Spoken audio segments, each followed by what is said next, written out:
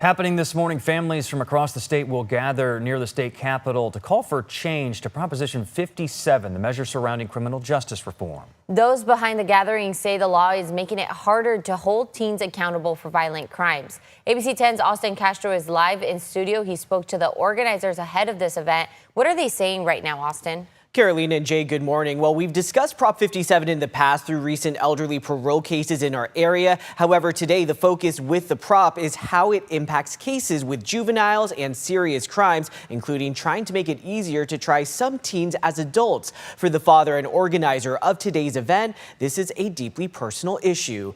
It was just last week that AB 2040, also known as Lorenzo's Law, attempted to make it easier for juveniles to be charged as adults, but it failed to move forward with the Public Safety Committee by a narrow 4-3 vote. Supporters of Proposition 57 argue the law gives judges time to look at each case and decide whether a young offender can be rehabilitated. Stephen Quick is the organizer behind the Reform Prop 57 event today. His 18-year-old son Caleb was murdered in Clovis almost a year ago. The trial of the teen suspects remains ongoing, and Stephen says what he has been through is what is behind his push for reform.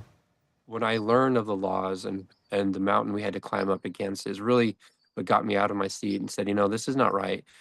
For the two individuals to get pretty much a slap on the hand, that's what we're asking for: teen accountability, real public safety that's based off common sense. So we want to make that common again.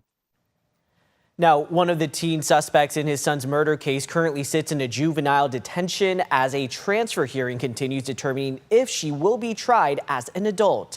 Quick says they are pushing for lawmakers to lower the legal threshold to try some teens as adults in violent cases such as his son's. He's hoping today's protest is just the start of what they hope will be broader changes worldwide. Back to you. Important issue. Thank you, Austin.